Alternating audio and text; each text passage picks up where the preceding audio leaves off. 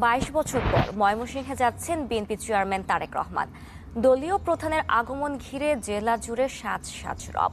স্থানীয় circuit house মাঠে তৈরি করা হচ্ছে মঞ্চ। আগামীকালের জনসভায় ভাষণ দেওয়ার কথা রয়েছে দলনেতার। ময়মনসিংহ সার্কিট হাউস মাঠ।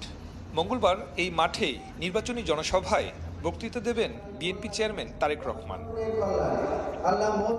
22 বছর পর 27 জানুয়ারি দলীয় প্রধানের আগমন ঘিরে চলছে সাংগঠনিক তৎপরতা।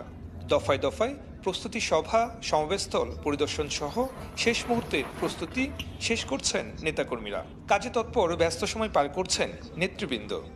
জামালপুর, নেত্রকোনা, শেরপুর, ময়মনসিংহ উত্তর, দক্ষিণ মহানগর সবগুলা ইউনিটের বিএনপি সকল অঙ্গ নেতাকর্মীদের আমরা কাজে নামিয়ে দিয়েছি। ইনশাল্লাহ সকলের সহযোগিতায় আমরা এই সার্কিট হাউস মাঠে একটা ঐতিহাসিক জনসভাকে জনসমুদ্রে রূপান্তরিত করব। আমরা যে কোনো কর্মসূচিকে বাস্তবায়ন করার জন্য আমাদের সর্বোচ্চ ত্যাগ দিয়ে, সর্বোচ্চ শ্রম দিয়ে আমরা সেই সফলতা বয়ে আনবো ইনশাল্লাহ।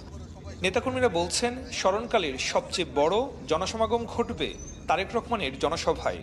নির্বাচনে দলকে বিজয়ী করতে নির্দেশনা দিবেন আগামীর পথ চলায়। সাধারণ মানুষের মাঝে একটা উচ্ছ্বাস উত্তেজনা কাজ করছে, আনন্দমুখর পরিবেশ। ময়মনসিংহের প্রত্যন্ত অঞ্চল থেকে শুরু করে প্রত্যেকটি মানুষ আজকে উজ্জীবিত হয়েছে। উনি সকালবেলা ঢাকা থেকে রওনা হয়ে 10:30টায় গাজীপুরে শুধু একটি প্রোগ্রাম করবেন এবং গাজীপুর থেকে উনি সরাসরি সার্কিটেও চলে আসবেন এবং এখানে বক্তব্য রাখবেন।